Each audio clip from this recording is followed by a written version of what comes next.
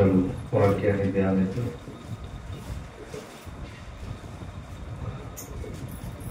కీర్తనల గ్రంథము 1వ అధ్యాయము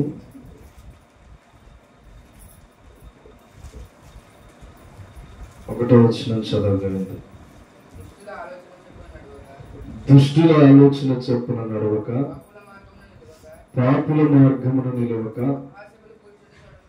అపహాస్యులు కూర్చుండు చోటను కూర్చుండక, యెహోవా ధర్మశాస్త్రమునందు ఆనందించు దివారాత్రము దాన్ని ధ్యానించేవాడు ధన్యుడు. చిన్న ప్రార్థన చేసుకున్నాం. మహాగణుడు అయిన గొప్ప దేవుడు, ఆశ్చర్యకరుడు తండ్రి, ఇదిగో నీ విలువైన సన్నిధానంలో చేరి మరొక్కసారి నీ బిడ్డల ముందు నిలబెట్టినందుకు స్తోత్రము. నీవు మాట్లాడుతున్నప్పుడు మాలో ధైర్యం వస్తుంది, నీవు మాతో ఉన్నప్పుడు శక్తి పెరుగుతుంది తండ్రి. నేటి దినమందు నీ కృప చేత నీ బిడ్డలతో మరొక్కసారి మాట్లాడుచుండగా నీ చిత్తమును వెల్లడి చేయు శక్తిని మాకు దయచేయండి. అన్ని హృదయములను ఎరిగి ఉన్న దేవుడు గనుక మా జీవితాల్లో కూడా సమస్తమును తండ్రి మేలుకరముగా మార్చి నడిపించే నీ గొప్పతనాన్ని బట్టి ఇదిగో విలువైన మాటలు కొన్ని నిమిషాలు బిడ్డలకు అందిస్తుండగా నేను కాదు నువ్వు మాట్లాడితే గొప్ప కార్యాలు జరుగుతాయి కనుక ఒక్కొక్క హృదయంతో నీవు మాట్లాడి వారిని ధైర్యపరచి బలపరిచి మేలు చేసి నీ నామానికి మహిమ తెచ్చుకున్నాను. యేసుక్రీస్తు నామం పేరట అధికారం అంతటి నీ చేతులకు అప్పగించుకుంటూ యేసు నామం అడుగుచున్నాం తండ్రి, ఆమేన్. దేవుని యొక్క నామంలో మనము గడిచిన బుధవారం కొన్ని మాటలు విన్నాం. గడిచిన బుధవారం కొన్ని మాటలు విన్నాం. ఏ మాటలు విన్నాం? బుధవారము రాత్రి, బుధవారము తీసేస్తే గురువారము, శుక్రవారము, శనివారం, నేటి దిన ఉదయం. అంటే మనం లెక్కేసుకుంటే కేవలం 72 అవర్స్ మనం వాక్యం మీద గడిచింది. ఎన్ని అవసరాలు ఎన్ని అవర్స్ అయింది? 72 అవర్స్ అయింది.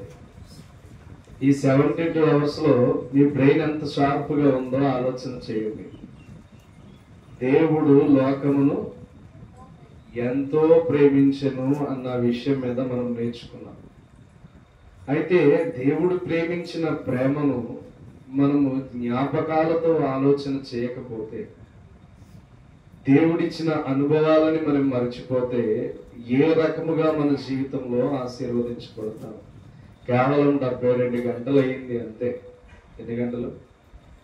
72 గంటల్లో మనం మర్చిపోయామంటే మన బ్రెయిన్ ఎంత షార్ప్గా పనిచేస్తుందో ఆలోచించాలి. దేవుడు తన యొక్క మార్గాల్లో నడిపించుకోవడానికి ఇష్టపడుతున్నాడు.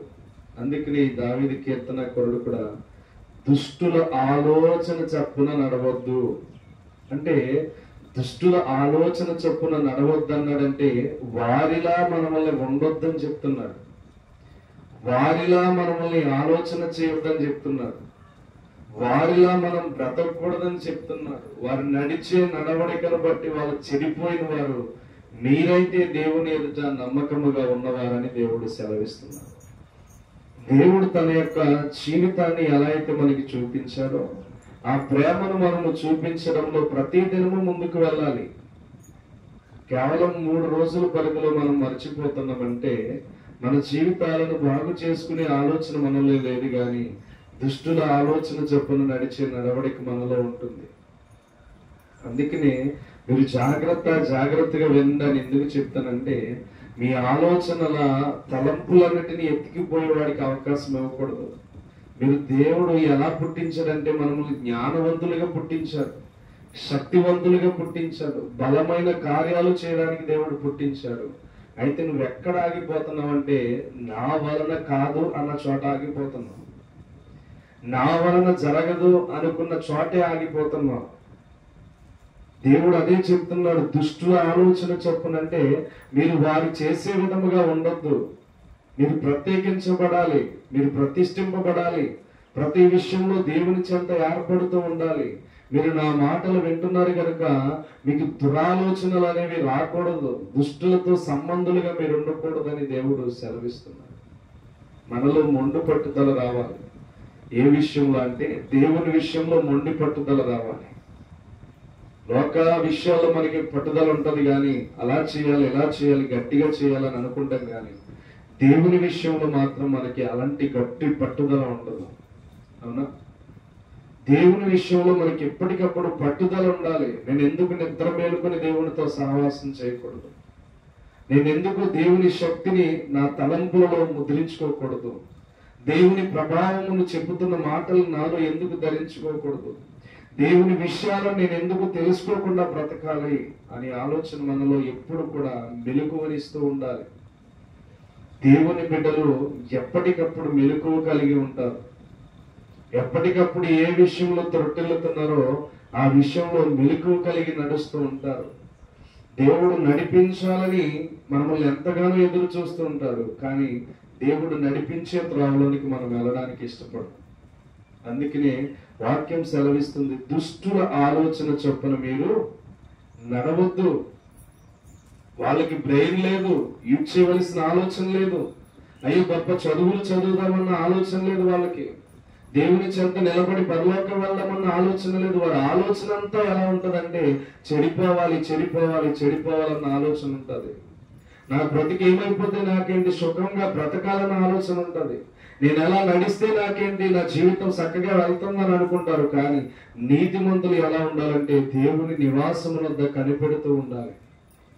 దేవుడు మనకి ఏం చెప్పాడు, నేను ఎలా ఉన్నాను, నా పరిస్థితి ఎలా ఉంది, నా ఆలోచన ఎలా ఉంది, నా విధానం ఎలా ఉంది, ప్రతి విషయంలో దేవునికి అనుకూలంగా మార్చబడుతున్నానని మనము గుర్తించుకుంటూ ఉండాలి.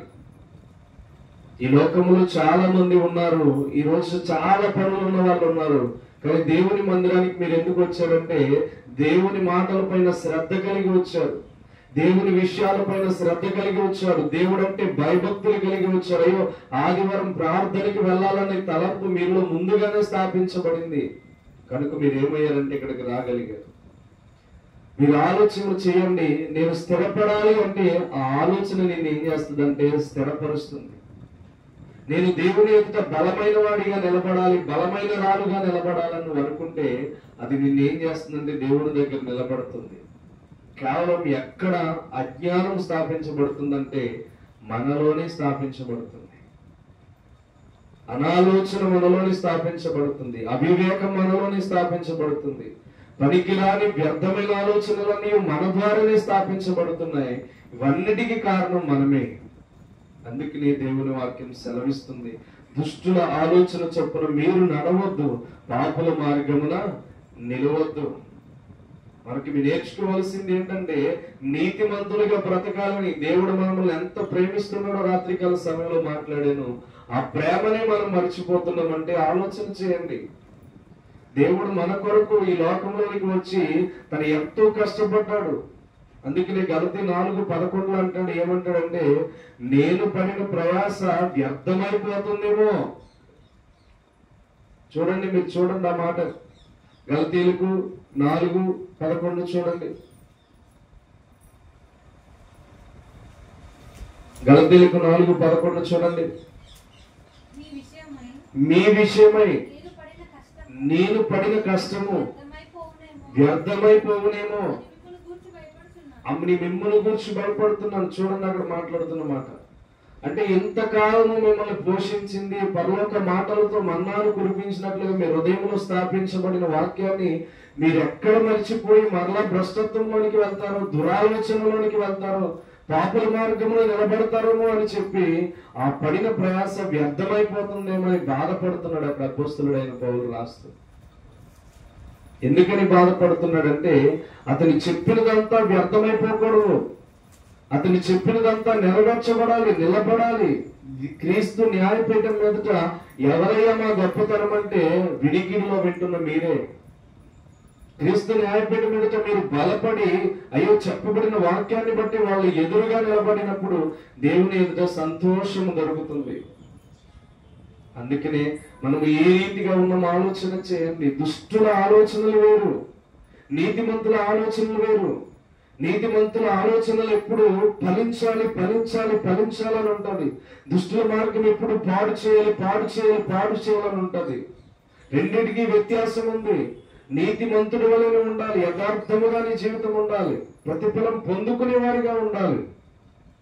దేవుని వాక్యం వినబడుతుంది, చాలా బాగా చెప్పుడు, చాలా బాగా చెప్తే ఫలితం ఏంటి? ఆ ఫలితం నేను చూడాలి.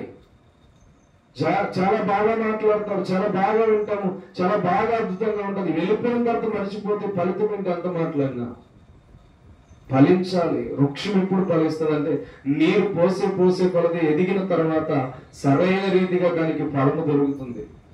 మీరు కూడా ఈ యొక్క వాక్యం అనే జీవపు ఓట మీలోనికి పంపిస్తున్నప్పుడు ఆ ఓట మిమ్మల్ని ఏం చేయాలంటే ఫలించడం ప్రారంభించాలి.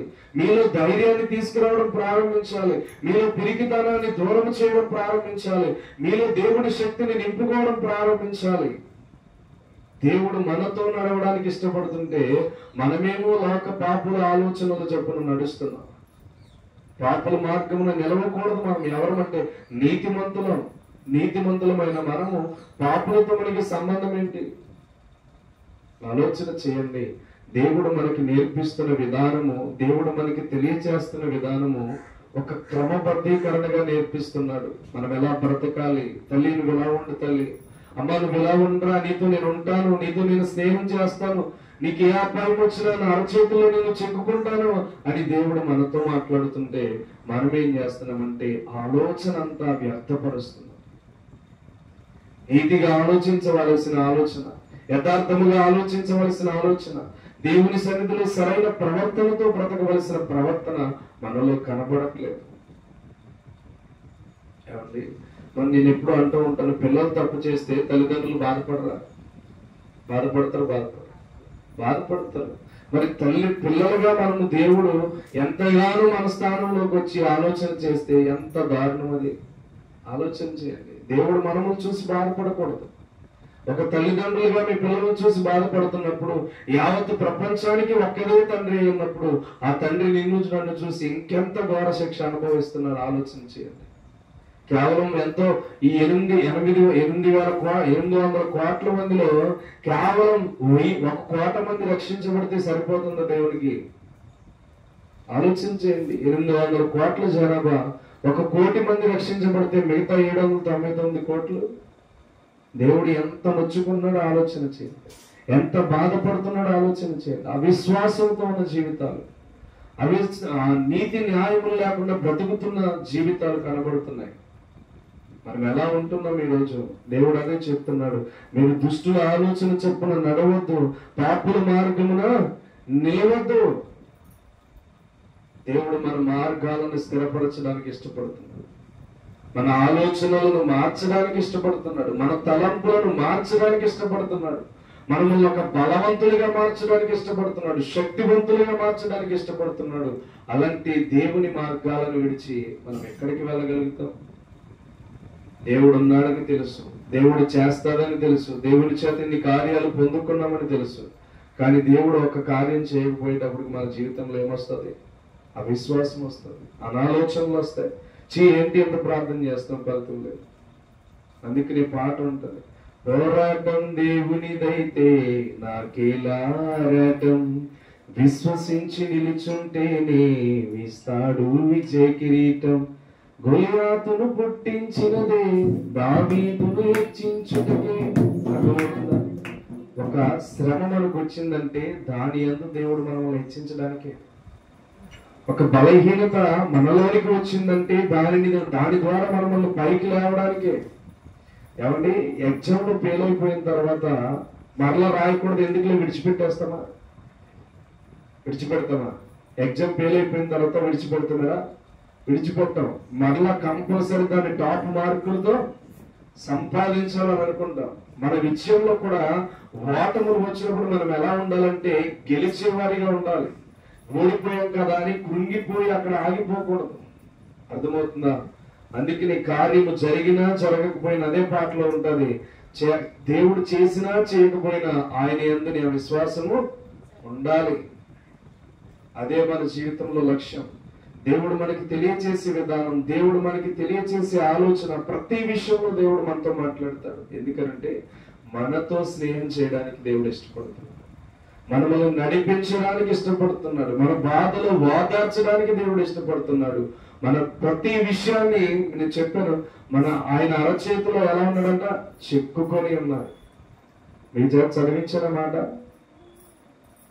ఎప్పుడు చదివించాను అమ్మా? చూడండి, తన అరచేతిలో మనము చెక్కుకొని ఉన్నాడు. అర్థమవుతుందా? 51:16 గత బుధవారమే చదివించారు మీ చేత. తన అరచేతిలో మనల్ని చెక్కుకొని ఉన్నాడు అంటే ఆయన అరచేతిలో చెక్కుకొని ఉన్నాడు. ఆయన అరచేతిలోనికి వెళ్ళే అర్హత మనకు ఉందో లేదో ఆలోచన చేయండి. ఆయన అరచేతిలోనికి వెళ్ళాలంటే ప్రధాన పాత్రుడు మనకి మొదటి స్థానముగా ఉండాలి. దేవుడే మన జీవితంలో ప్రధాన పాత్రుడే ఉన్నాడు కనుక మనం మొట్టమొదటి ఎవరికి ఇవ్వాలంటే ప్రిఫరెన్స్ దేవునికి ఇవ్వాలి. అప్పుడు ఆయన ఏం చేస్తాడంటే మన మార్గములన్నిటిలో చక్కగా మనల్ని నడిపిస్తాడు. నడిపిస్తున్న దేవుడు ఏ రీతిగా మాట్లాడుతున్నాడో చూడండి. 73వ కీర్తన 24వ వచనంలో,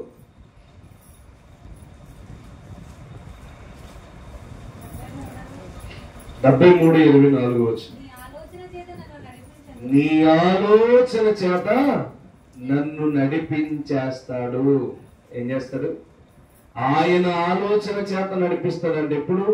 దుష్టుల ఆలోచనలు మనకి దూరమైనప్పుడు, దుష్టుల ప్రభావం మనలోనికి దూరమైనప్పుడు. రెండింటి చూడండి, ఆయన కొత్తవాడేం కాదు. అర్థమవుతుందా?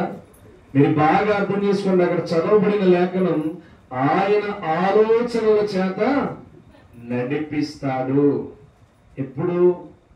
మనము దుష్టుల ఆలోచనలు విడిచినప్పుడు ఆయన సొంత ఆలోచనల చేత మనల్ని నడిపిస్తాడు. ఆయన బలము చేత మనల్ని నడిపిస్తాడు. ఆయన శక్తి చేత మనల్ని నడిపిస్తాడు. ఆయన వివేచన చేత మనల్ని నడిపిస్తాడు. త్రోవ తప్పుతున్నప్పుడు మనల్ని ఎలా కాపాడతాడంటే ఆయన ఆలోచనలు మనలోనికి తీసుకొస్తాడు. ఆయన బలాన్ని మనలోనికి తీసుకువస్తాడు. ఆయన తలంపులను మనలోనికి తీసుకువస్తాడు. అందుకే చదవడం వాక్యం,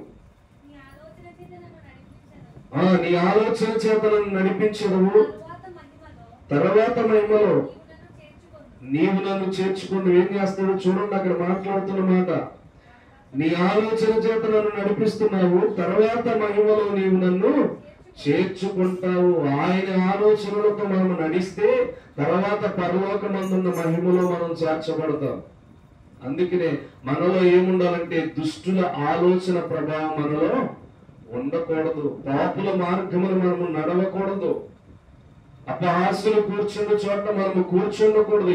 అంటే నీ ఆలోచనతో ఆయన ఆలోచన స్థిరపరిచి నిన్ను నడిపించడానికి దేవుడు ఇష్టపడుతున్నాడు. అందుకని తర్వాత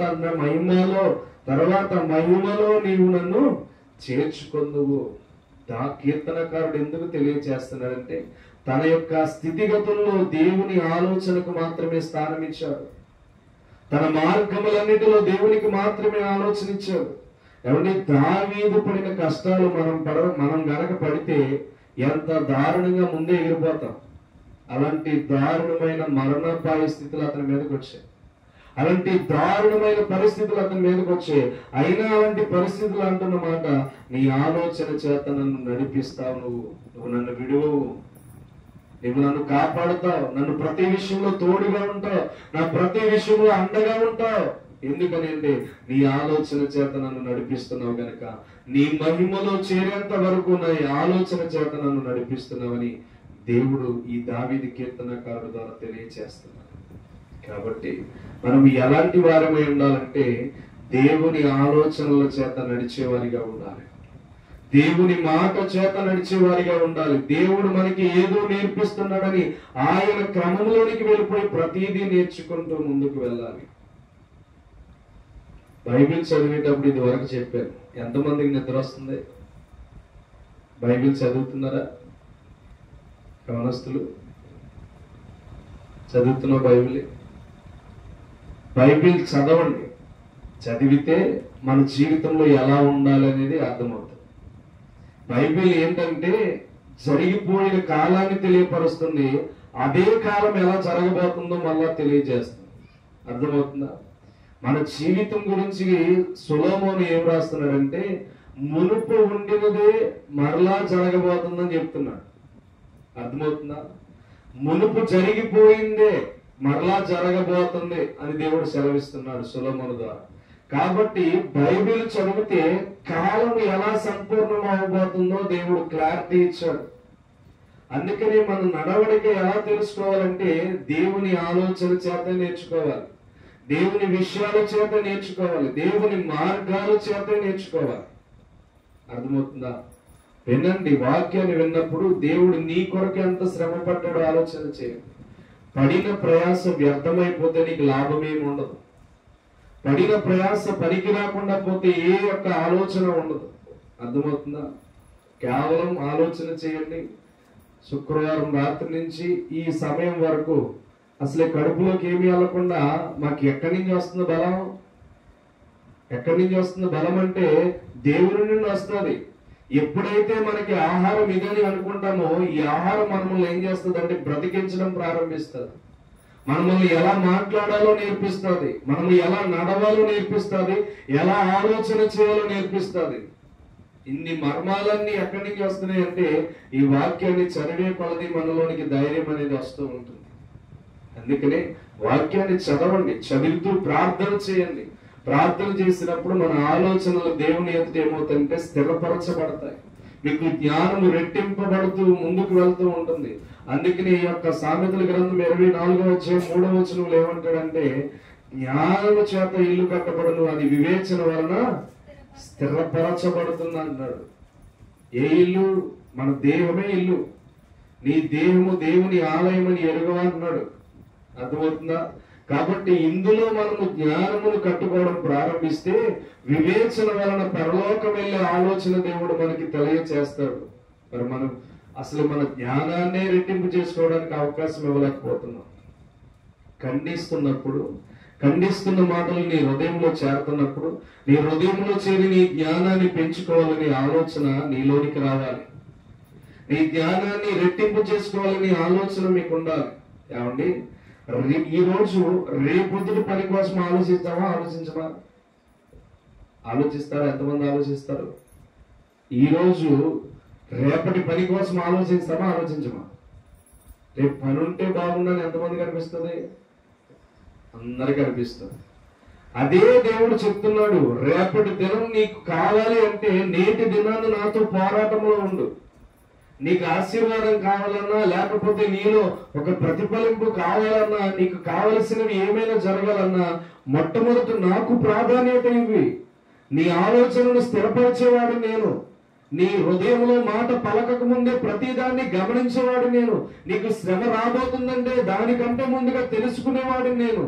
అలాంటప్పుడు నువ్వు నాతో ఆలోచన చేయి. దుష్టుడి వల్ల వాక్యాన్ని వింటావు లేకపోతే విడిచిపెట్టేస్తావు నీ ఆలోచన నీలో ఉండకూడదు. నీతిమంతుడిగా నీ జీవితం నీ దేవుని నివాసములతో కాల్చుకొని బ్రతుకుతూ ఉండాలి. అందుకని ఈ 74 కీర్తన 73 కీర్తనలు ఏమన్నాడమ్మా? అయినను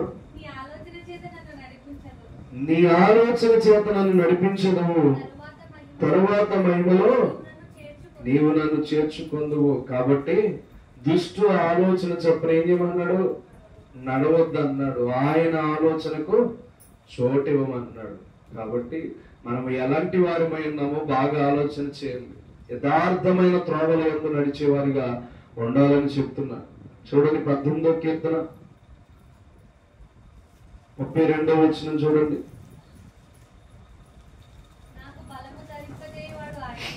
నాకు బలము ధరింపచేయువాడు ఆయనే,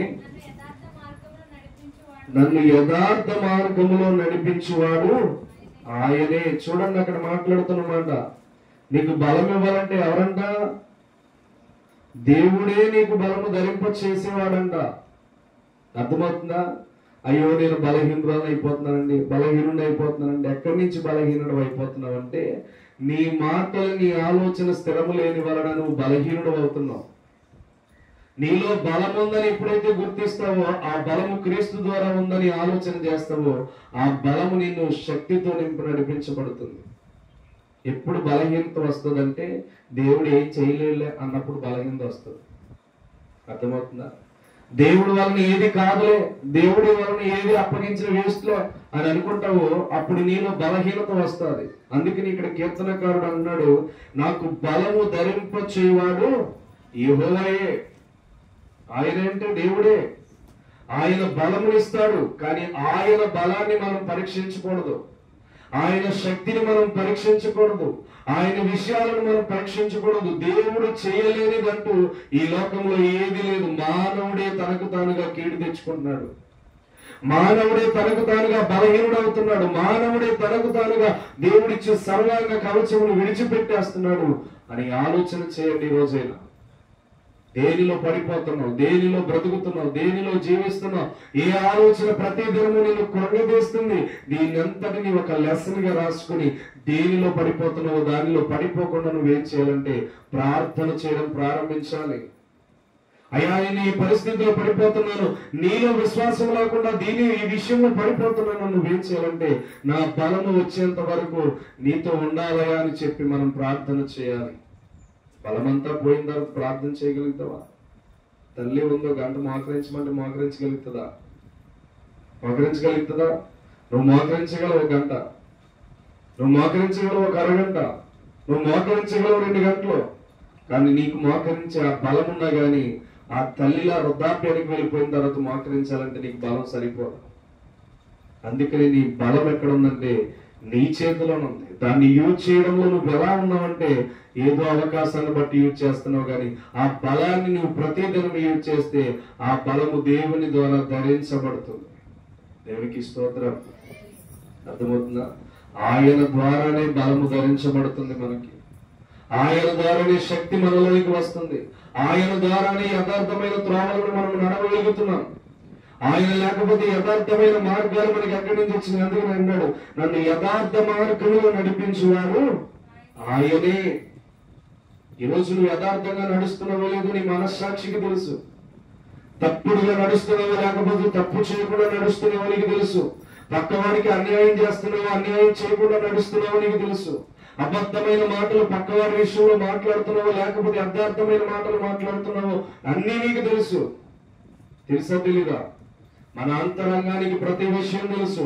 మనం ఏ తప్పు చేసినా మన అంతరంగం ఏం చేస్తుందంటే తెలుసా? అది తప్పు అని మనకి తెలియజేస్తూ ఉంటుంది. మన అంతరంగం ఏం చేస్తుందంటే అది వ్యర్థము అని మనకి తెలియజేస్తుంది. కానీ మనము మన యథార్థతను నమ్ముకోక తప్పునే చేయడానికి ఇష్టపడతాం. ఇలా ఎంతమంది లేరు? ఉన్నారు లేరా? చాలా మంది ఉన్నారు. తల్లిదండ్రులు మోసం చేయడం తప్పు అని తెలుస్తుంది, కానీ మోసం చేసే పరిస్థితికి వెళ్ళిపోతారు తప్ప వాళ్ళని మోసం చేయకుండా ఉండేవాళ్ళు లేరు. అర్థమవుతుందా? బిడ్డలు ఎందుకు పాడైపోతారంటే వాళ్ళకి తప్పని తెలుసు, అందులో తలపెట్టకూడదు, అందులో తలదొరచకూడదు, అది వ్యర్థమైంది, వ్యసనం, అది దానిలో నుంచి బయటికి రాలేరు అని తెలిసినా కానీ దానిలోనికి వెళ్తారు. ఎందుకంటే వాళ్ళ యథార్థతను వారు నమ్ముకోరు, వారి శరీరాన్ని వారు నమ్ముకొని బలహీనపరచబడతారు. అందుకనే నాకు బలమునిచ్చేది నీవు, నా యథార్థ మార్గంలో నడిపించేది నీవే అని చెప్తున్నారు. ఈరోజు నీ యథార్థ మార్గం నీకు తెలియచేస్తుంది, నీ హృదయం నీకు తెలియచేస్తుంది. ఏది తప్పు ఏది అబద్ధమో ప్రతి క్షణము నీ హృదయం ఖండిస్తూ నీకు బుద్ధి చెప్తూ ఉంటుంది. ఆ యథార్థతను విడిచిపెట్టి నీ శరీరమునకు బలమును ధరించుకోవడానికి లోక శక్తిని నువ్వు పొందుకుంటావు. లోకాలని ఆశించొద్దు. దేవుని పాట ఉంది, లోక భోగాలను ఆశించే వారికి లేని లేదండి పరలోక రాజ్యము. లోక భోగాలను ఆశించే వారికి లేని లేదండి పరలోక రాజ్యము అని ఆ పాట ఉంది. అర్థమవుతుందా? ఎప్పుడైనా సరే ఆలోచన చేయండి, నువ్వు ఈ లోక భోగాలను ఆశిస్తే పరలోకానికి వెళ్ళిపోతావు. అందుకనే నేను బలహీనుడని కాదు, నీవే నాకు బలం ఇస్తున్న దేవుడు అని దేవి యొక్క దావీదు కీర్తనకారుడు మాట్లాడుతున్నాడు. నన్ను యథార్థ మార్గంలో నడిపించేవాడు నీవే అని చెప్తున్నాడు. చూడండి, ఏసేపు యథార్థ మార్గంలో నడిచాడా? కానీ సంసోను ఎందుకు నడవలేకపోయాడు? తన శరీరానికి అవకాశం ఇచ్చాడు సంసోను. కానీ యథార్థ మార్గంలో నడవాలని, తన భార్యకు మాత్రమే చోటు ఇవ్వాలని యొక్క యేసేపు మాత్రం పాపానికి దూరం అయిపోయాడు. మరి ఎవరి విషయంలో తేడా ఉంది? ఆలోచించే విధానంలో తేడా ఉంది, వాళ్ళు మాట్లాడే మాటలో తేడా ఉంది, వాడి ప్రవర్తనలో తేడా ఉంది. యేసేపు నీతిని కాపాడుకోవాలని పారిపోయాడు. అదే సంసోను నీతితో జీవించాలని దేవుడు తెలియచేసినా గాని తన నీతిలో నడవలేకపోయాడు. అర్థమవుతుందా? మీరు వాక్యాన్ని చదివినప్పుడు బాగా గుర్తెరగండి. నీతిమంతుడిగా బ్రతకమని యోసేపుకు దేవుడు వచ్చి చెప్పలేదు. నీతిమంతుడిగా బ్రతకమని దావీదుకి యొక్క యోసేపుకి దేవుడు చెప్పలేదు. ఎవరికి చెప్పాడంటే, సంసోనుని నేను పుట్టించుకుంటాను, ఇశ్రాయేలు నా ప్రజలను విడిపించడానికి ఇతడు నీ గర్భమును పుడుతున్నాడు, ఈ రహస్యము ఆ యొక్క నాజీరు చేయబడిన రహస్యము ముగ్గురికి తప్ప ఇంకెవరికి తెలియకూడదన్నాడు. మరి లోక భోగాలను ఆశించిన సంసోను తన జీవితాన్నే పాడు చేసుకున్నాడు. దేవుడు మాట్లాడకపోయినా నీతి యథార్థతను కాపాడుకున్నది యోసేపు, దేవుడు తెలియచేసిన యథార్థతను పాడు చేసుకున్నది సంసోను. అర్థమవుతుందా? తెలియని వాడు దేవుని నీతిని కాపాడుకున్నాడు, దేవుని కోసమే పుట్టానని తెలిసిన వాడేమో తన నీతిని చెడగొట్టుకున్నాడు. అర్థమవుతుందా? ఈరోజు వాక్యం నీకు అదే చెప్తుంది. నీ బలమును నువ్వు నమ్ముకుంటే మోసపోతావు, నీ శక్తిని నువ్వు నమ్ముకుంటే మోసపోతావు. దేవుడిచ్చిన బలాన్ని నువ్వు నమ్ముకుంటే, దేవుడిచ్చిన శక్తిని నువ్వు నమ్ముకుంటే ఆ వాక్యం నిన్ను ఏం చేస్తుందంటే ఎంతో ప్రతిఫలింప చేయడం ప్రారంభిస్తుంది, ఎంతో నేను జీవించడం ప్రారంభిస్తుంది, ఎంతో ఆశీర్వాదకరంగా నడవడం ప్రారంభిస్తుంది. అందుకని మనం ఏం చేయాలంటే నీతి యథార్థమైన త్రోవలయందు నడుచుకోవాలి. నీకు బలం వచ్చేది ఎప్పుడు చెప్పాలి? మీకు బలం వచ్చేది ఎప్పుడు? కాన్సన్ట్రేషన్ ఇక్కడ ఉంది అందరికి. మీకు బలం వచ్చేది ఎప్పుడు? దేవుని శక్తి వలన మాత్రమే మీకు బలం వస్తుంది. దేవుడు బలం ఇస్తేనే మీలో బలం నిలబడగలుగుతారు. అర్థమవుతుందా? వాక్యం వినండి. వినేటప్పుడు వాక్యం ఎలా ఉంటుందంటే గర్జించు సింహం వలె ఉంటుంది. వాక్యం ఎందుకు చెప్పబడుతుంది తెలుసా? యోధపత్రిక 20వ వచనం చూడండి. యోధపత్రిక 20వ వచనం చూడండి. వాక్యం ఎందుకు ప్రకటించబడుతుందో.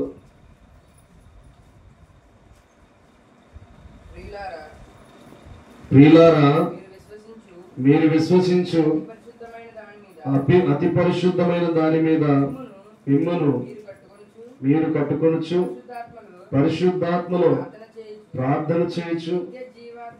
నిత్య జీవార్థమైన మన ప్రభువు యేసుక్రీస్తు కనికరము కొరకు కనిపెట్టుచు దేవుని ప్రేమలో నిలిచినట్లు కాచుకుని ఉండుడి. సందేహపడు వారి మీద కనికరము చూపుడి. పళ్ళు చదవమా?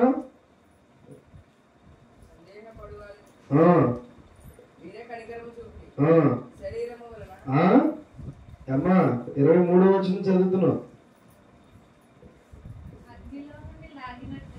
అగ్నిలో నుండి లాగినట్టు కొందరిని రక్షించుడి. శరీర సంబంధమైన వారి మీద అపవిత్ర ప్రవర్తనకు ఏమాత్రము నొప్పుకొనక దాన్ని అసహించుకుని భయముతో కొందరిని కరుణించుడి. ఎక్కడి నుంచి ఎక్కడికి వెళ్ళిపోతున్నావు చూడమ్మా బైబిల్ చదివేటప్పుడు. అర్థమవుతుంది? అగ్నిలో కొందరిని లాగినట్టు రక్షించుడి అన్న మాట వేసిపోయి శరీరం కడికి వెళ్ళిపోయాడు మనోడు. అర్థమవుతుందా? అగ్నిలో నుంచి కొందరిని లాగునట్టు చేయమంటున్నాడు, రక్షించమంటున్నాడు. వాక్యం దేనికి ప్రకటించబడుతుందంటే మనము నశించిపోకూడదని ప్రకటించబడుతుంది, మన జీవితాలు పాడైపోకూడదని ప్రకటించబడుతుంది. దేవుని ఆత్మ చేత మనము నింపబడాలని దేవుని యొక్క ఆత్మ ప్రకటించబడుతుంది. మనము తప్పకుండా ఏం చేయాలంటే మనల్ని అగ్నిలో నుంచి లాగుతున్న ప్రతి మాట మనలో జీవింప చేయడానికి మనం ఇష్టపడాలి. అర్థమవుతుందా? బైబిల్ కాన్సన్ట్రేషన్ పెట్టి చదివితేనే అర్థమవుతుంది.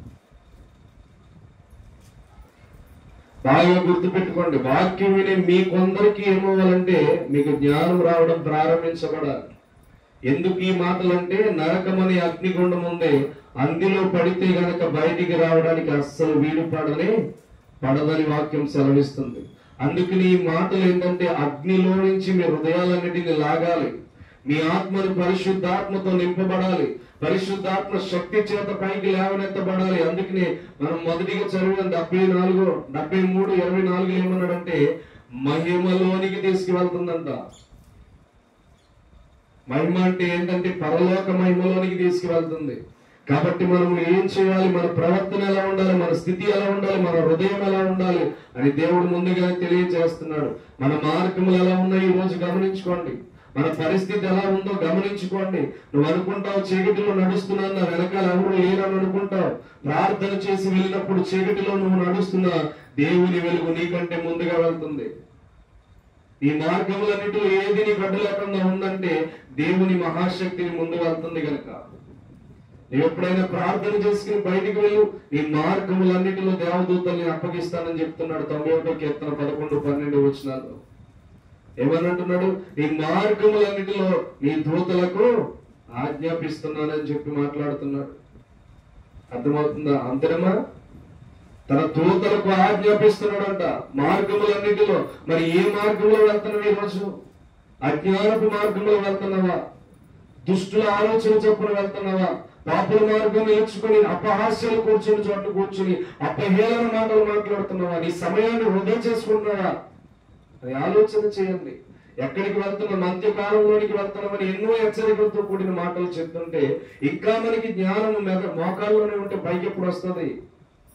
గుర్తుపెట్టుకోండి, మోకాల్లో ఉంచొద్దు, మెదడులోనికి వచ్చేది మన బ్రెయిన్. అర్థమవుతుందా? అప్పుడు ఆ బ్రెయిన్ ఏమవుతుందంటే షార్ప్ అవ్వడం ప్రారంభిస్తారు.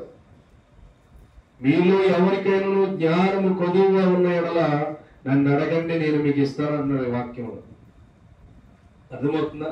మీలో ఎవరికైనా జ్ఞానము కొదువుగా ఉంటే నన్ను అడగండి, నేను ఇస్తాను మీకు అన్నాడు. దేవుణ్ణి ఎంతమంది అడుగుతున్నారు? ఎంతమంది అడుగుతున్నారు? నాకు జ్ఞానం లేదు ప్రభు అని అడుగుతున్నారు. ఈ రోజుకి వాళ్ళు నేర్చుకోవాలి దేవుడి దగ్గర. తెలుసా మీకు? అయిన వాక్యాన్ని దేవుడు నడిపిస్తున్నాడు అంటే నేను ఇంకెంత నేర్చుకోవాలో ఆలోచన చేయండి. మరి మీరు ఇంకెంత నేర్చుకోవాలో ఆలోచన చేయండి.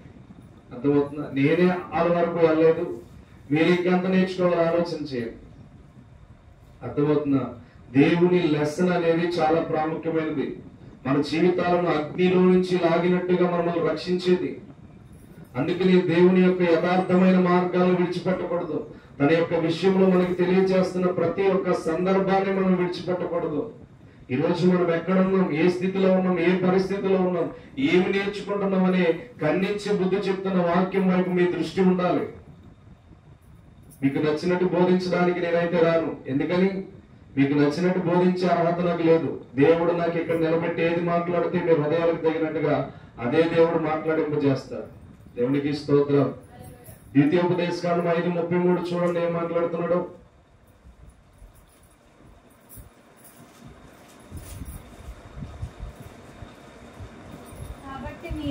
కాబట్టి మీరు కుడికే గాని ఎడమకే గాని తిరుగక మీ దేవుడైన యెహోవా ఆజ్ఞాపించినట్లు చేయుటకు జాగ్రత్త పడవలెను.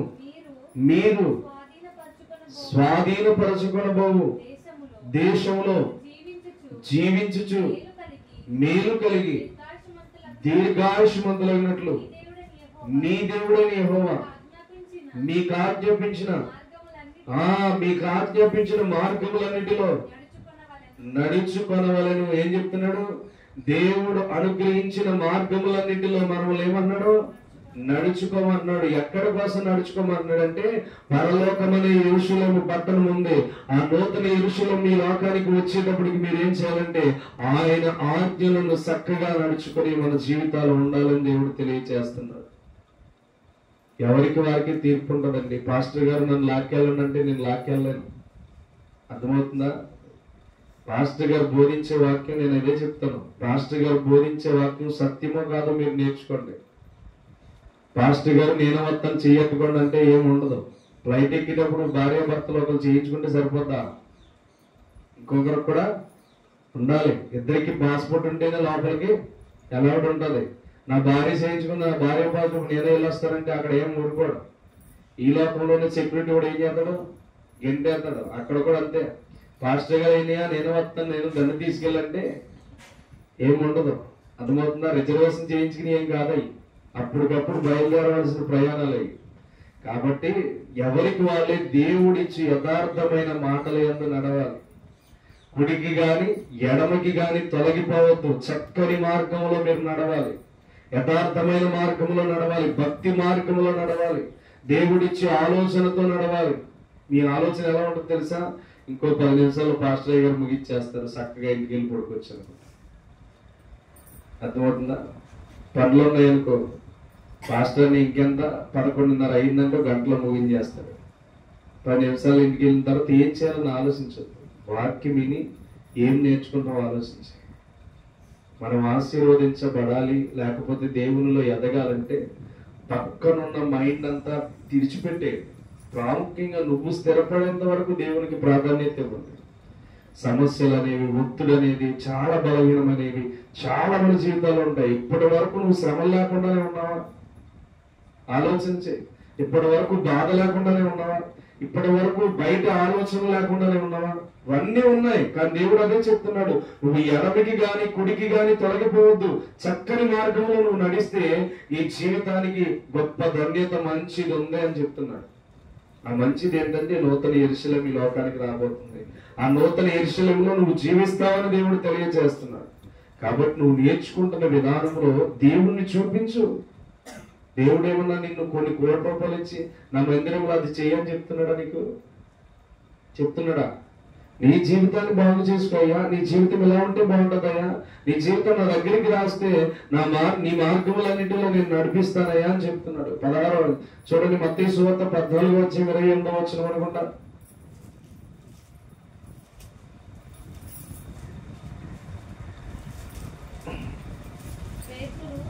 చదవమ్మా.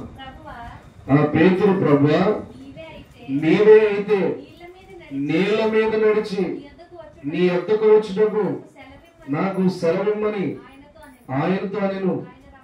ఆయన రమ్మనగానే పేతురు దోణి దిగి యేసునొద్దకు వెళ్ళుటకు నీళ్ల మీద నడిచిను గాని గాలిని చూసి భయపడి మునిగిపోసాగిన, ప్రభువా నన్ను రక్షించమని కేకలు వేసాను. చూడండి అక్కడ ఏమన్నాడు, యేసుక్రీస్తు వారేమో నువ్వు నడిచొచ్చే అన్నాడు. నడిచొచ్చేమన్న తర్వాత వెళ్ళే వ్యక్తి సగంలోకి వెళ్ళిన తర్వాత ఎటు చూసాడంట, గాలి వేసేస్తుంది, కెరటాలు వచ్చేతాయేమని సముద్రం వైపు చూసి ఇక భయపడ్డాడంట. ఇప్పుడు ఏమవుతుంది, ప్రభువా నన్ను రక్షించమన్నాడంటే ఇతను ఏమవుతున్నాడు, కిందకి దిగిపోతున్నాడు, సముద్రంలో కిందకి వెళ్ళిపోతున్నాడు. సముద్రంలో చీకట్లో తెల్లరగట్ల అసలు ఎలా ఉంటది ఆలోచించేయండి. తెల్లరగట్ల వ్యక్తి నడిచి వెళ్ళిపోయాడు, బాగానే వెళ్ళిపోయాడు, సరిగ్గా దిగేటైన కాలు దిగేటైన కనిపిస్తుందంట. అట్లా చూసాడంట, ఎట్లని పక్కన ఉన్న వాటిని చూసాడంట. గాలేసేస్తుంది, నా మీదకి వచ్చి దాడి చేద్దామని దేవుని చూడడం మానేసి పక్కన చూసాడంట. అందుకే నేను ఏం చేయాలంటే కుడికి గాని ఎడమకి గాని చూడకుండా ఎవరిని చూడాలి, దేవుని చూడాలి. దేవుని చూస్తే నువ్వు పడిపోతున్నప్పుడు నిన్ను తన దోషుల్లోనికి తీసుకొని పైకి లేవనెత్తాడు. దేవునికి స్తోత్రం. అర్థమవుతుందా? నువ్వు పడిపోతున్నప్పుడు ఎడమకి గాని కుడికి కాని వెళ్ళలేదు గనుక, నీ త్రోవ యథార్థమైనది గనుక ఆయన ఏం చేస్తాడంటే ఆయన చేతులతో ఇలా పైకి లేవనెత్తి నిన్ను ధైర్యముగా బలపరుస్తూ ముందుకు తీసుకువెళ్తాడు. దేవునికి స్తోత్రం. అర్థమవుతుందా? నీ పరిస్థితి, నీ ప్రభావం ఎలా ఉందో తెలుసా? దేవుడు చెప్తున్నాడు, ఆ కింద వచనంలో చూడండి ఏమో అన్నాడు, అటు ఇటు చూస్తే కనుక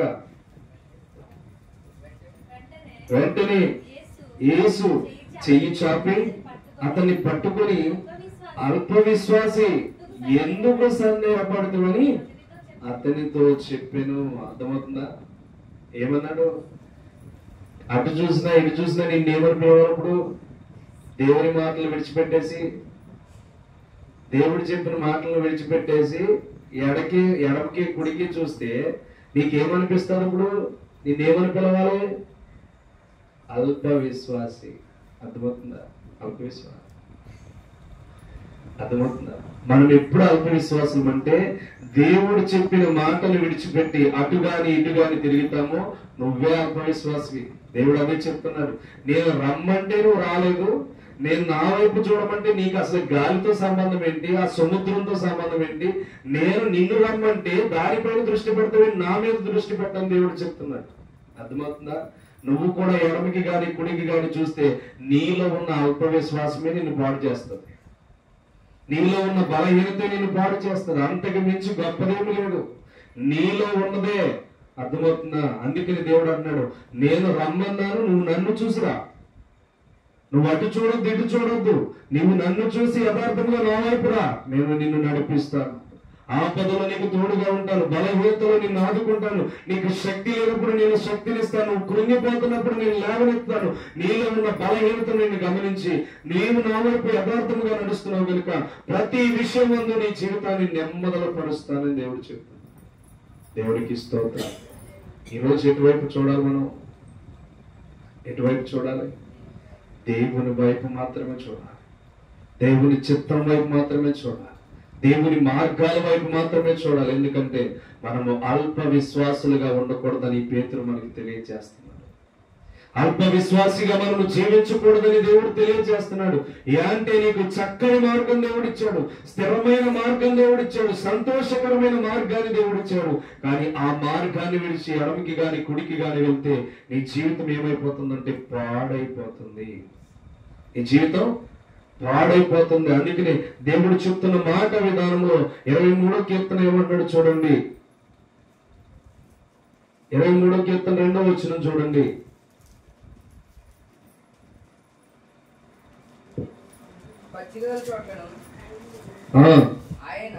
ఆయన 2వ వచనం చదువు. పచ్చిక గల చోట్లను ఆయన నన్ను పరుండ చేయుచున్నాడు, శాంతికరమైన జలముల యొద్ద నన్ను నడిపించున్నాడు. ఎక్కడ నడిపిస్తున్నాడంట? శాంతికరమైన జలముల యొద్ద నిన్ను నన్ను నడిపిస్తున్నాడు. కానీ నువ్వు పొందుకోలేకపోతున్నా, నేను పొందుకుంటున్నా. దేవునికి స్తోత్రం. అర్థమవుతుందా? మీరు పొందుకోలేకపోవడానికి గల కారణం ఏంటంటే శాంతి గల మార్గాలు ఉన్నాయని మీకు తెలియట్లేదు. యథార్థమైన మార్గంలో నడిస్తే మీకు ఏమవుతుందంటే శాంతికరమైన జలముల యొద్ద దేవుడు ఏం చేస్తాడంటే నిన్ను నడిపిస్తాడు. అర్థమవుతుందా? నెమ్మలిగా నీ జీవితం ఉంటుంది. సముద్రం చూడండి, ఒడ్డున ఏం చేస్తుంది? ఎగసి ఎగసి కెరటాలు కొట్టి మరలా మనల్ని బయటికి గెంటుతూ ఉంటారు. అదే మయానికి వెళ్తే ఏ కెరటం ఉండదు, చక్కగా నిమ్మలపరచబడి ఉంటుంది. ఎప్పుడైనా సముద్రం చూశారు కదా మీరు? అర్థమవుతుందా? సముద్రం ఒడ్డున ఏమవుతుంది? ఎగసి ఎగసి కెరటాలు పడతాయి. అదే మయంగా చాలా నెమ్మలంగా ఉంటుంది. అలాగే దేవుడు అంటున్నాడు, నువ్వు నా ఎదుట నిలబడితే శాంతికరమైన జలముల యొద్ద నిన్ను నడిపిస్తాను. అంటే నీకు ఏ బాధ, ఏ ఇబ్బంది, ఏ సమస్యలు, ఏ ఒత్తిడి లేకుండా శాంతితో నీ జీవితాన్ని నడిపిస్తాను అని దేవుడు సెలవిస్తున్నాడు. దేవుడు నీతో నడవాలని ఇష్టపడుతున్నప్పుడు నువ్వేం చేయాలి? దేవునితో నడవడానికి ఇష్టపడాలి. ఈరోజు నువ్వు నేర్చుకుంటున్న విధానంలో నీ మార్గం ఎలాగుందో ఆలోచన చేయి, నీ ఆలోచన ఎలా ఉందో ఆలోచన చేయి, నీ ప్రవర్తన ఎలా ఉందో ఆలోచన చేయి, నీ జీవితం అంతా ఎలా ఉండాలో ఆలోచన చేయి, డిజైనింగ్ చేయి. అర్థమవుతుందా? కట్టుకున్న వస్త్రాలే మనం కట్టుకోవాలంటే ఇది కట్టేసాను, వేరేది కావాలండి అని చెప్తాం. షాప్కి వెళ్ళినప్పుడు చెప్పమా, ఈ డిజైనింగ్ వాడేసానండి, ఇలాంటి పట్టు చీర వాడేసానండి, వేరే కలర్ది పట్టు అంచు లేదా పెద్ద అంచు లేదా చిన్న అంచు ఇవి కావాలని మనం ఏం చేస్తాం? సపరేట్గా వేయించుకుంటాం వాళ్ళ చేత. కట్టేసిన చీరలు కడితే కట్టేసిన చీరలు ఎందుకులే, ఈ సంవత్సరం కొత్త మోడల్ వచ్చిందంటారు, కొత్త మోడల్కి వెళ్తాం. అవునా? సంవత్సరం మారే కొలది మన జీవితంలో ఆత్మీయ జీవితం పెరుగుతూ ఉండాలి. మన జీవితాన్ని డిజైన్ చేసుకోవాలి. ఎలా డిజైన్ చేసుకోవాలంటే ఈ సంవత్సరంలో ఈ మెట్టెక్కాను, నెక్స్ట్ పెరగాలని హై రేంజ్ దేవుని దగ్గర అలా ఉండాలి. రీసెంట్గానే 3 సంవత్సరాలు ముగించబడిన పరిచర్యలోనికి వచ్చి ఫిబ్రవరి 20వ తారీఖుకి ఆ పిల్ల ఎప్పుడైతే పుట్టిందో ఆ రోజే నాకు 3వ సంవత్సరం. చాలా గ్రాండ్గా దేవుడు చేశాడు, అద్భుతంగా చేశాడు. దేవుని చిత్తంలో ఏ ఇబ్బంది ఇరకడ్డాలు లేకుండా దేవుడు చేశాడు. అంటే మనము దేవుడిచ్చిన ఆశీర్వాదాన్ని గుర్తుపెట్టుకోవాలి, దేవుడిచ్చిన బలాన్ని గుర్తుపెట్టుకోవాలి. అప్పుడు శాంతికరమైన జలముల యొద్ద మనల్ని దేవుడు ఏం చేస్తాడంటే నడిపిస్తాడు. విడవకూడదు దేవుని వాక్యాన్ని. విడిచిపెట్టి బ్రతుకుదాం, మోసం చేద్దాం అనుకుంటే నువ్వే మోసపోతావు. అర్థమవుతుందా? విడిచిపెట్టి బ్రతకాలని అనుకుంటే నువ్వే మోసపోతావు. ఎందుకని? నీ దేవుని గురించి న్యాయపీఠ మీదట నువ్వే లెక్క అప్ప చెప్పాలి. అర్థమవుతుందా? చూడండి 2వ కొరింథీ 5వ అధ్యాయం ముగించేస్తాను. 7వ వచనం చూడండి. గనుక ఈ దేహములో నివసించినంత కాలము ప్రభువునకు దూరముగా ఉన్నామని ఎరిగి ఎల్లప్పుడూ ధైర్యము గలవారమై 10వ వచనం ఎందుకనగా తాను జరిగించిన క్రియలు చొప్పున అవి మంచివైనను సరే చెడ్డవైనను సరే దేహముతో జరిగించిన వాటి ఫలమును ప్రతి వాడును పొందినట్లు మనమందరము క్రీస్తు న్యాయపీఠం ఎదుట ప్రత్యక్షము కావాలని వాక్యం సెలవిస్తుంది. అర్థమవుతుందా? మన దేహముతో చేసిన ప్రతి ఒక్కటి మనం న్యాయపీఠం ఎదుట ఏం చేయాలి? అప్పగించాలి లెక్క. ఈ లోకంలో చాలా మంది గ్రామంలో చూసినా, లేకపోతే యావత్ ఈ దేశంలో చూసినా, యావత్ ఈ ప్రపంచంలో చూసినా, నా ఇష్టమని నెరవేర్చుకుని వెళ్ళిపోతున్న ప్రతి ఒక్కడు ఏం చేయాలంటే క్రీస్తు న్యాయపీఠం ఎదుట కనబడి లెక్క, దేవునితో చేసినవన్నిటిని గురించి లెక్క అప్పగించాలి. అందుకని దేవుడు ఏమన్నాడంటే, నా మార్గంలోనికి రా, నీ జీవితం బాగుంటుంది. నేను చెప్పే మాటలు విని నీ మార్గాలను స్థిరపరచుకొని ఎడమకి గాని కుడికి గాని తొలగిపోవద్దు. నువ్వు అల్ప విశ్వాసిగా ఉండడానికి వీల్లేదు, అవిశ్వాసిగా జీవించడానికి వీల్లేదు, యథార్థము లేకుండా ప్రవర్తించడానికి వీల్లేదు.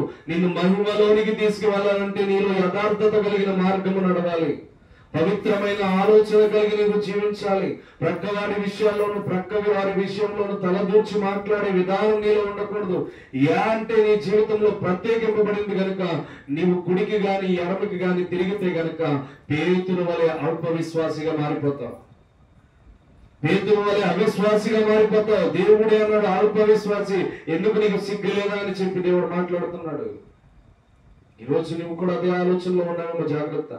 నీ మార్గములు చక్కగా నడిపించాలని దేవుడు నిన్ను అగ్నిలో నుంచి బయటికి లాగాలని దేవుడు ఇష్టపడుతుంటే, పరిశుద్ధాత్మ శక్తి చేత నేను నింపాలని దేవుడు ఇష్టపడుతుంటే, నీ జీవితాన్ని ఎంతో సంతోషకరంగా శాంతికరమైన జలముల వద్ద నడిపించాలనుకుంటుంటే, నీలో ఉన్న అవిశ్వాసం నిన్ను ఎంత బలహీనపరుస్తుందో ఈరోజు ఆలోచన చేయండి.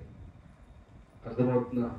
దేవుడు మనల్ని పోషించడానికి ఇష్టపడుతున్నాడు, కాపాడడానికి ఇష్టపడుతున్నాడు, సంతోషపరచడానికి ఇష్టపడుతున్నాడు. చూడండి, యెషయా గ్రంథం 48వ అధ్యాయం అనుకుంటా 17వ వచనం.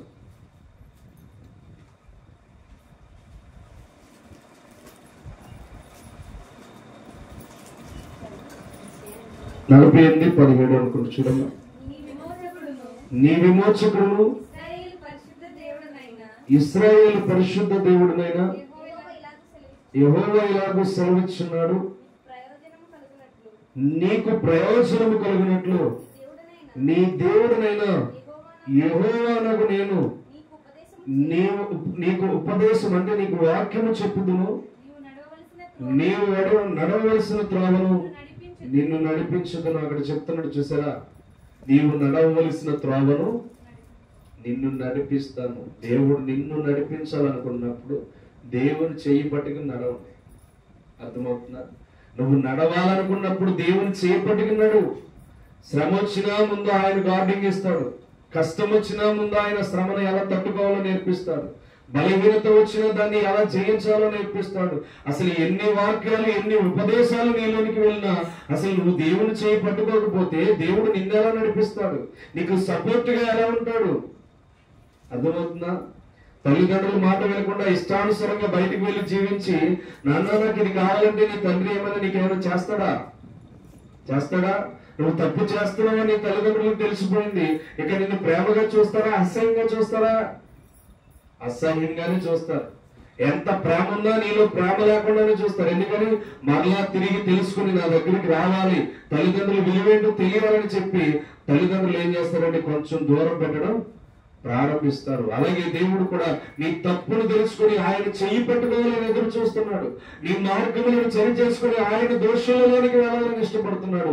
మరి నువ్వు ఇంకా దూరం అయిపోతే దేవుడు నిన్నెలా నడిపిస్తాడు? తన త్రోవలో నువ్వు వెళ్తున్నప్పుడు ఎడమకి చూస్తావు, కుడికి చూస్తావు. నడవలసిన దేవుని మార్గంలో నడవకుండా అటు ఇటు వెళితే నీ జీవితం ఎక్కడ నడిపించబడుతుంది? అందుకని ఇక్కడ అంటున్న మాట, నీవు నడవలసిన త్రోవలను నిన్ను నడిపించదని యెహోవాను నేను నీకు ఉపదేశము చేయించున్నాను. ఉపదేశం అంటే ఇదే, ప్రకటించడం, నీకు తెలియపరచను. నీ జీవితాన్ని బాగు చేసుకోమని చెప్పడం, నీ జీవితాన్ని యథార్థముగా నడవడమని చెప్పడమే ఇదే ఉపదేశం. అర్థమవుతుందా? అందుకని మీరు చేయవలసింది ఏంటంటే, ప్రాముఖ్యంగా మీరు దేవునితో నడవవలసిన వారై ఉన్నారు. దేవునికి స్తోత్రం. మీరు దేవునితో నడిస్తే మీకు యథార్థతను నేర్పిస్తాడు. మీరు దేవునితో నడిస్తే మీ బలమును దేవుడు ఇస్తాడు. మీరు దేవునితో నడిస్తే శాంతికరమైన జలముల యొద్ద మిమ్మల్ని నడిపిస్తాడు. మీరు దేవునితో నడిస్తే ఏ పరిస్థితిలోనైనా విడివక మిమ్మల్ని ఏం చేస్తాడంటే మంచి ప్రదేశంలోనికి మిమ్మల్ని తీసుకువెళ్తాడు. దేవునికి స్తోత్రం. కాబట్టి నేటి వాక్యాన్ని బట్టి నీ మార్గం ఎలా ఉందో ఆలోచించు. నీ ఆలోచన, నీ విధానం ఎలా ఉందో ఆలోచించి, నీ రక్షణ బాట ఎలా ఉందో ఆలోచించి, నీ ప్రవర్తన ఎలా ఉందో ఆలోచించి, వీటన్నిటికి మించి దేవుడు నీ చెయ్యి పట్టుకుని నడిపిస్తున్నాడు ఆలోచించి. పేతురుని రమ్మంటే వెళ్ళాడు కానీ పక్క వాటిని చూశాడు.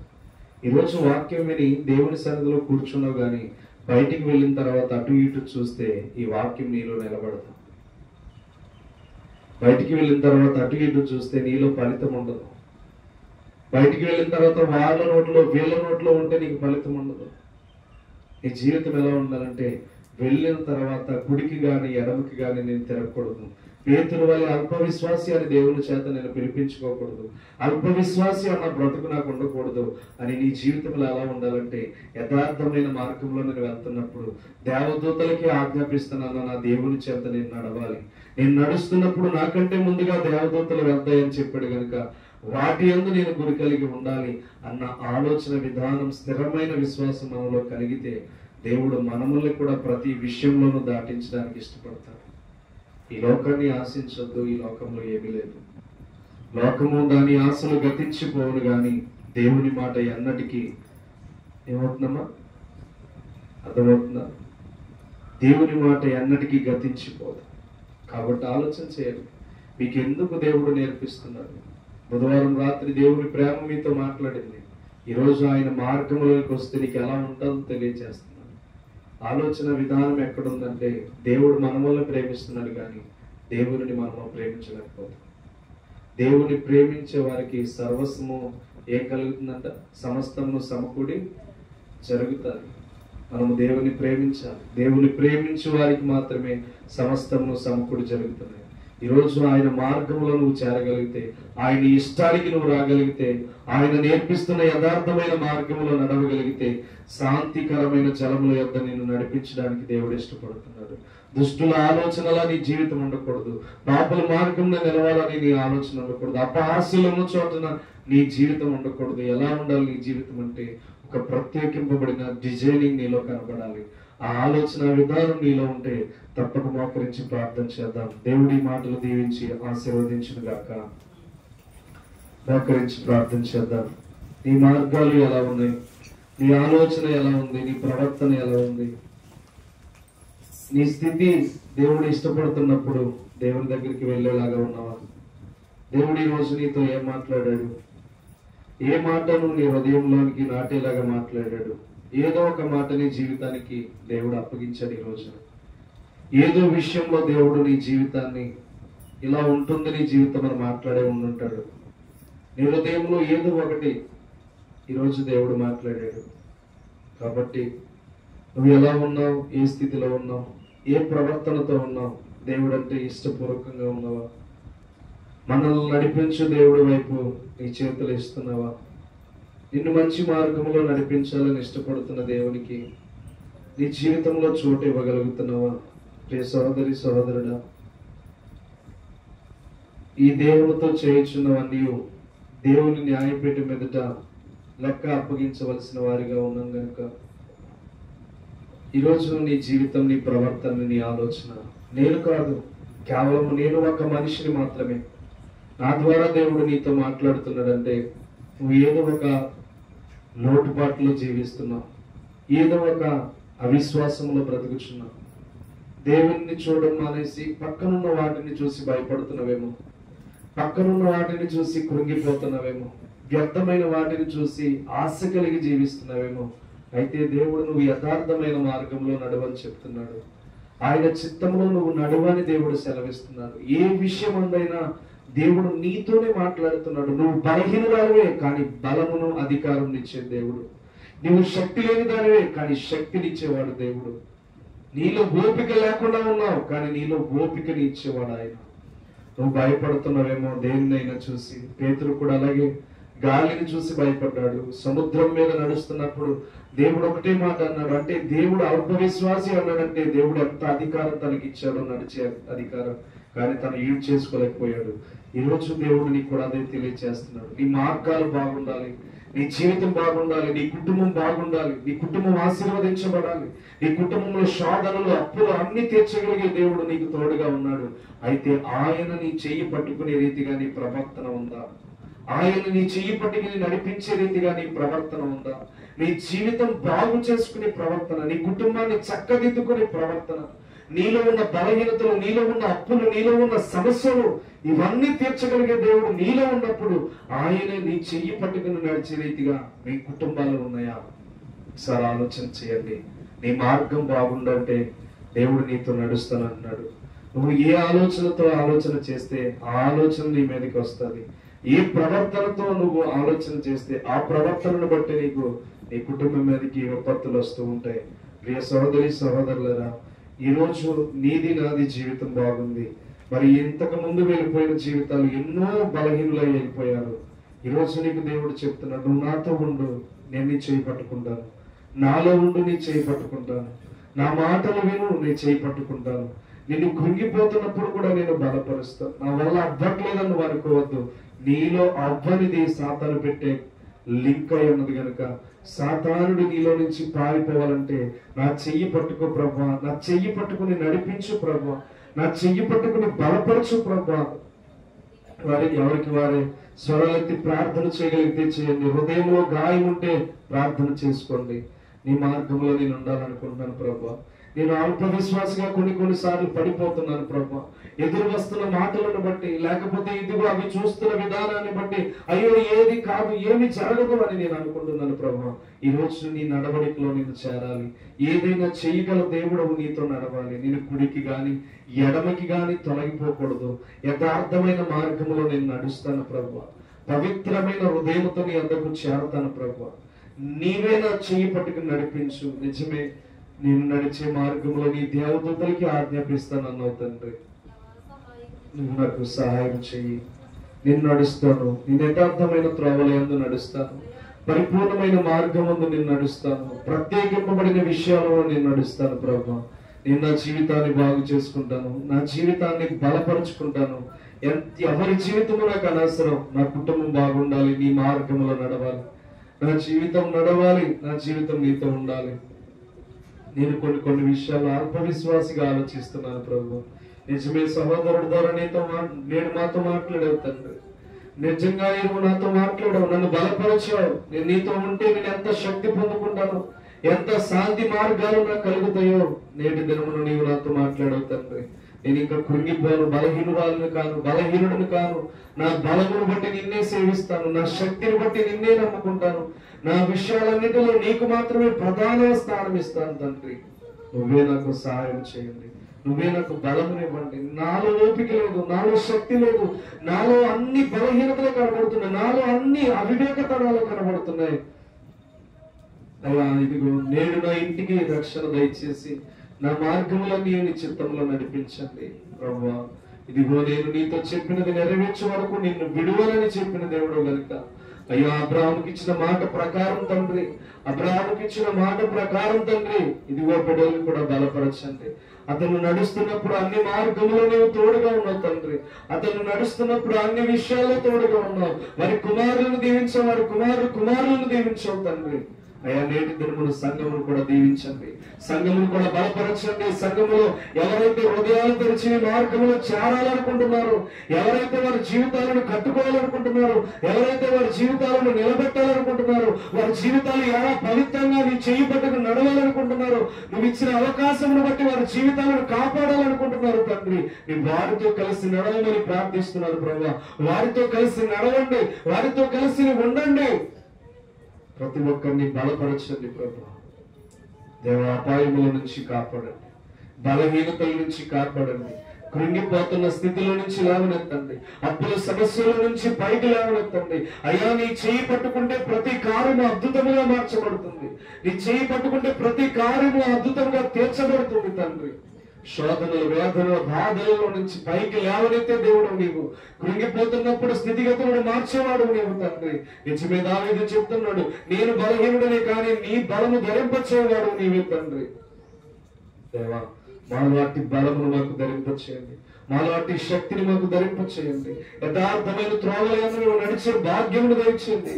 పరలోక మన్నాతో పోషించినట్లుగా మా జీవితాలను కూడా మీరు పోషించండి ప్రభువా. దేవా, జ్ఞాపకం చేసుకోండి. నేటి దిన విన్న వాక్యాన్ని బట్టి ప్రతి మార్గమందుని బిడ్డల్ని బలపరచండి. ప్రతి విషయంలో ప్రభువా, ఇదిగో పేతురు వలె అల్ప విశ్వాసాలు పిలిపించుకోకుండా, ఎడమికి గాని కూడికి గాని చూడకుండా నీ బిడ్డలు మంచి మార్గంలో నడిచే భాగ్యాన్ని దయచేయండి. మంచి విషయంలో యథార్థవంతులుగా నడిచే ధన్యతను దయచేయండి. పరలోక ఆశీర్వాదములతోనూ పరిశుద్ధాత్మ శక్తితోనూ బిడ్డలు ముద్రించబడుదురుగాకని ప్రార్థిస్తున్నాను. వాళ్ళ తలంపుల మీద జ్ఞానముతో నింపబడునుగాకని ప్రార్థిస్తున్నాను. వారి ఆలోచనలు స్థిరపరచబడునుగాకని ప్రార్థిస్తున్నాను. యథార్థమైన మార్గంలో నడపబడునుగాకని ప్రార్థిస్తున్నాను. సంతోషకరమైన మార్గంలో నడుచుదురుగాకని ప్రార్థిస్తున్నాను. దేవా, బిడ్డలందరినీ దీవించండి, ఆశీర్వదించండి, బలపరచండి, నీ కృపలో ముద్రించండి ప్రభు. ఈ బంధకాల నుంచైనా బిడ్డలు యేసు నామములో విడుదల చేయండి. ఈ బలహీనతల నుంచి యేసు నామములో విడుదల చేయండి ప్రభు. నీవే కృప చూపించి దురాత్మ, చీకటి శక్తులు, అంధకార శక్తులు, చేతబడి శక్తుల నుంచి యేసు నామములో ఇప్పుడు విడుదల దయచేయండి. నీ కృపలో బిడ్డలందరినీ ముద్రించండి. నీ శక్తితో నింపి నడిపించి బలపరిచి మేలు చేయండి. ఇంతవరకు నీ అమూల్యమైన మాటలు మాకు అందించినందుకు స్తుతి స్తోత్రములు చెల్లించుకుంటూ బలమైన నీ కార్యములు మా పట్ల జరిగించి మేలు చేయమని యేసుక్రీస్తు నామమున పేరిట అడుగుచున్నాం తండ్రి. ఆమేన్. అందరికీ వందనాలు.